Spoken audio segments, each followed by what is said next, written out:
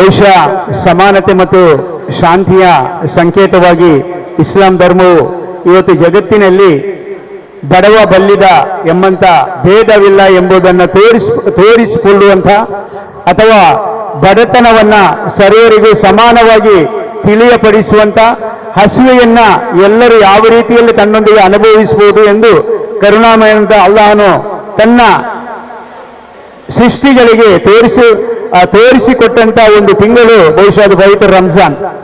ಈ ರಂಜಾನಿನಲ್ಲಿ ಉಪವಾಸ ಹಿಡಿದವನ ಒಂದು ಸಂತೋಷದಾಯಕವಾದಂತಹ ಸಮಯ ಅಂತ ಹೇಳಿದ್ರೆ ಅದು ಇಫ್ತಾರ್ ಮಾಡುವಂತ ಸಮಯ ಅಂತ, ಅಥವಾ ಉಪವಾಸವನ್ನು ತೊರೆಯುವಂತ ಸಮಯ. ಆ ಸಮಯದಲ್ಲಿ ಎಲ್ಲ ಜಾತಿ ಮತ ಭೇದ ಇಲ್ಲದೆ ಎಲ್ಲರೂ ಒಟ್ಟಿಗೆ ಸೇರಿಕೊಂಡು ಈ ಕಾರ್ಯಕ್ರಮವನ್ನ ಆಚರಿಸುವುದು ಬಹುಶಃ ನಮ್ಮ ಸಂಪ್ರದಾಯಗಳಲ್ಲಿ ಒಂದಾಗಿದೆ. ಬಹುಶಃ ಇದು ಫ್ಯಾಷನ್ ಆಗಿದೆ. ಇದನ್ನು ನಮ್ಮ ಸಮುದಾಯ ಯಾವ ರೀತಿಯಾಗಿ ಮಾಡುತ್ತೇವೆ ಎಂದು ನಮ್ಮ ಸಹೋದರ ಬಹುಶಃ ಧರ್ಮೀಯರಿಗೆ ನಾವು ತೋರಿಸಿಕೊಡುವಂತಹ ಒಂದು ವ್ಯವಸ್ಥೆಯನ್ನ ಇವತ್ತು ಸಂಘಟನೆಗಳು ಮಾಡ್ತಾ ಇದೆ. ಆ ನಿಟ್ಟಿನಲ್ಲಿ ಕಳೆದ ಹಲವಾರು ವರ್ಷಗಳಿಂದ ನಮ್ಮ ಸೆಂಟ್ರಲ್ ಕಮಿಟಿಯು ಉತ್ತಮವಾದಂತಹ ಕಾರ್ಯಕ್ರಮವನ್ನು ಹಮ್ಮಿಕೊಂಡಿದೆ. ಇವತ್ತು ನನ್ನನ್ನು ಕರೆದಿದ್ದೀರಿ, ಬಹುಶಃ ನನ್ನನ್ನು ಸನ್ಮಾನಿಸಿದ್ದೀರಿ.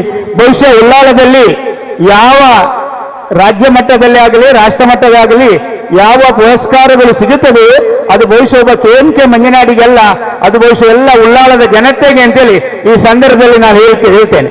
ಯಾಕಂದ್ರೆ ನನ್ನನ್ನು ಪ್ರೋತ್ಸಾಹಿಸಿದ್ದು ಕಳೆದ 39 ವರ್ಷಗಳಿಂದ ಉಳ್ಳಾಲದಲ್ಲಿ ಎಲ್ಲ ವಿಧಗಳಲ್ಲಿಯೂ ನನ್ನ ಬೆನ್ನು ತಟ್ಟಿ ಸಹಕರಿಸಿದ್ದು ಉಳ್ಳಾಲದ ಎಲ್ಲ ಜನತೆ.